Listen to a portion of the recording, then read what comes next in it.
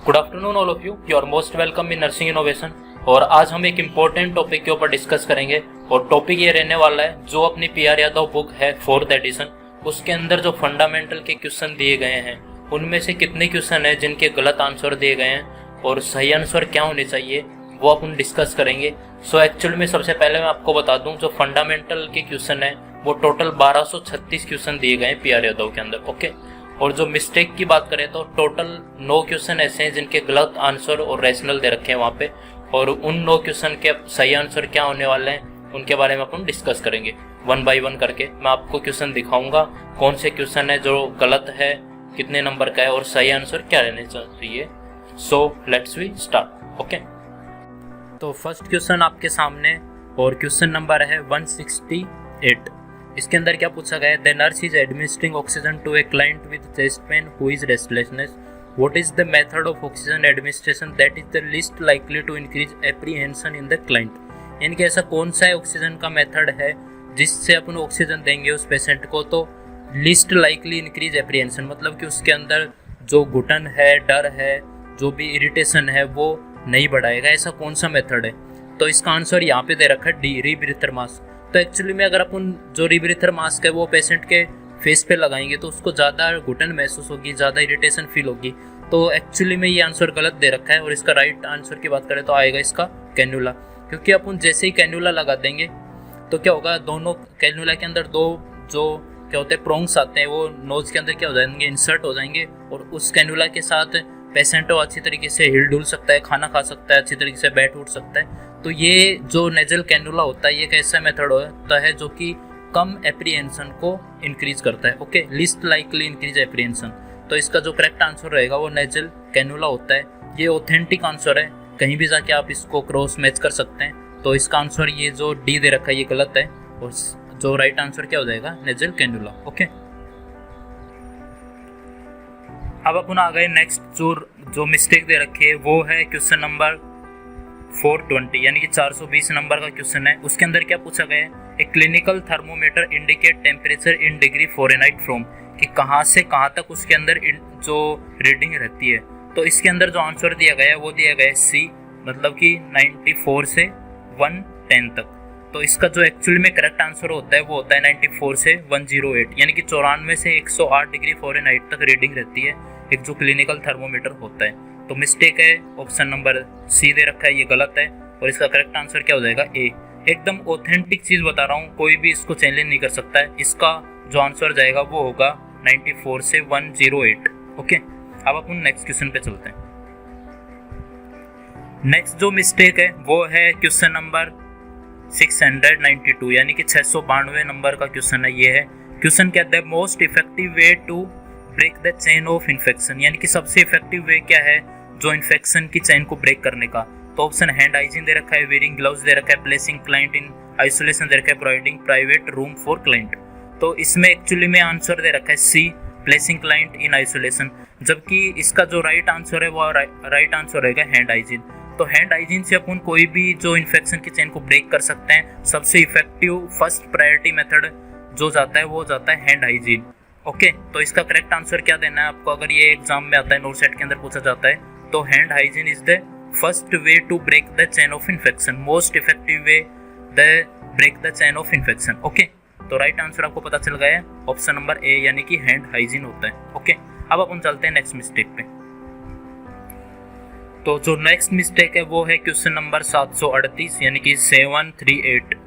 और क्वेश्चन क्या है, when performing external chest compression on A adult during CPR, यानी कि अडल्ट के ऊपर सीपीआर दे रहे हैं, the rescuer should depress the sternum, यानी कि कंप्रेशन को चेस्ट को कितना ज़्यादा डिप्रेस करना है, यानी कि कंप्रेशन कितना ज़्यादा डीप लगाना है उसको उसके चेस्ट के ऊपर जब सीपीआर देते हैं। वो भी किस में पूछा है, अडल्ट के अंदर। ऑप्शन भी इसमें अलग अलग दिए हैं, जो फर्स्ट है 0.5 से 1 इंच दे रखा है, दूसरा 1 से 1.5 इंच, और तीसरा है 1.5 से 2 इंच, और फोर्थ है 2 से 2.5 इंच। ओके, और इसने करेक्ट आंसर क्या मान रखा है, ऑप्शन नंबर सी दे रखा है इसमें करेक्ट आंसर के रूप में 1.5 से 2 इंच, जो कि बिल्कुल गलत है। यहाँ पे देखने वाली चीज़ ये है कि इसने ऑप्शन तो सही जो आंसर मानना है सी, जबकि रैशनल दे रहा है ऑप्शन नंबर डी का, जो कि एक्चुअली में करेक्ट जो सीपीआर का जो कंप्रेशन होता है अडल्ट के अंदर वो 2 से 2.5 होता है, और जो चाइल्ड होते हैं उसके अंदर 1.5 से 2 होता है, और जो इन्फेंट या फिर न्यू बोर्न होते हैं उनके अंदर कितना होता है, 1 से 1.5 इंच होता है। ओके, इन्फेंट न्यू बोर्न के अंदर 1 से 1.5 इंच, चाइल्ड के अंदर 1.5 से 2 इंच और अडल्ट के अंदर 2 से 2.5 इंच।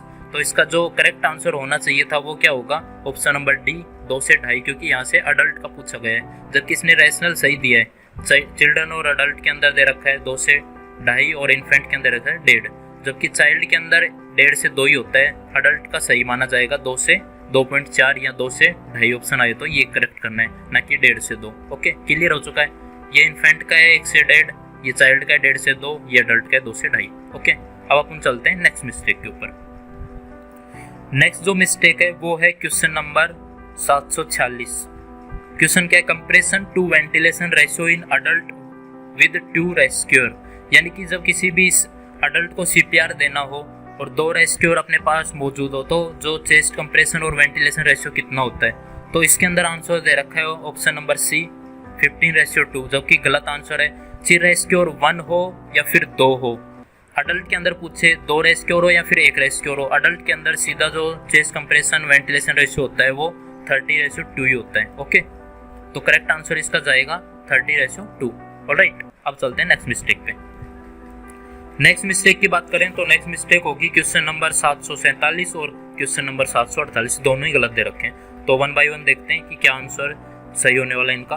तो 747 की बात करें, what is the ratio of chest compression to breath in adult resuscitation, यानी कि किसी अडल्ट को अपन सीपीआर दे रहे हैं तो चेस्ट कंप्रेशन और जो ब्रेथ का रेशियो कितना होना चाहिए। तो ऑप्शन है 3:1, 5:1, 1:1, 3:2, और इसने ऑप्शन क्या आंसर क्या दिया है, डी दिया है 3:2, जो कि गलत आंसर है। इसका जो करेक्ट आंसर, अगर यहाँ पे 30:2 वाला जाता तब तो 30:2 दे देते, अगर 30:2 नहीं है तो कौन सा आंसर जाता है, 5:1। अब ये क्यों जाता है, और ये जो 3:1 होता है ये किसके अंदर होता है, चाइल्ड के अंदर या इन्फेंट के अंदर होता है। ओके, क्यों, कैसे, क्योंकि 90 कंप्रेशन होते हैं और 30 के होते हैं ब्रीथ होते हैं। तो 30 एकम 30 और 30 3 90, तो कटेंगे भाग देंगे तो 3:1 आ जाता है। जबकि अडल्ट के अंदर कितना होता है, 120 होता है, सॉरी 150 होता है और 3 होता है, तो 30 होता है। 150 और 30 का होता है, तो 30 के अंदर 30 का भाग देंगे 150 में, कितना आ जाएगा, 1 इधर और 1 5 आ जाएगा।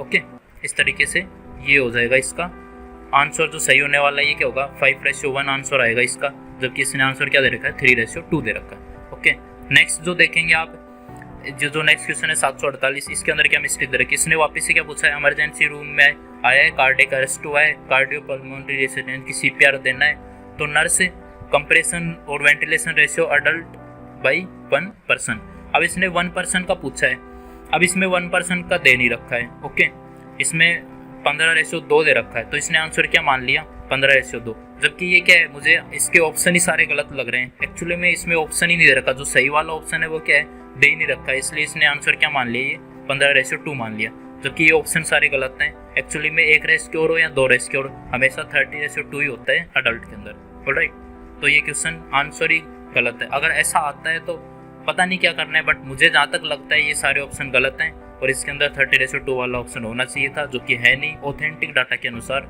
और जबकि ये आंसर, ये क्वेश्चन आया है SPSSC एग्जाम में, नॉरसेट के अंदर नहीं आया, क्योंकि नॉरसेट में ऑथेंटिक क्वेश्चन ही आएंगे, ऑथेंटिक ऑप्शन ही पूछे जाएंगे।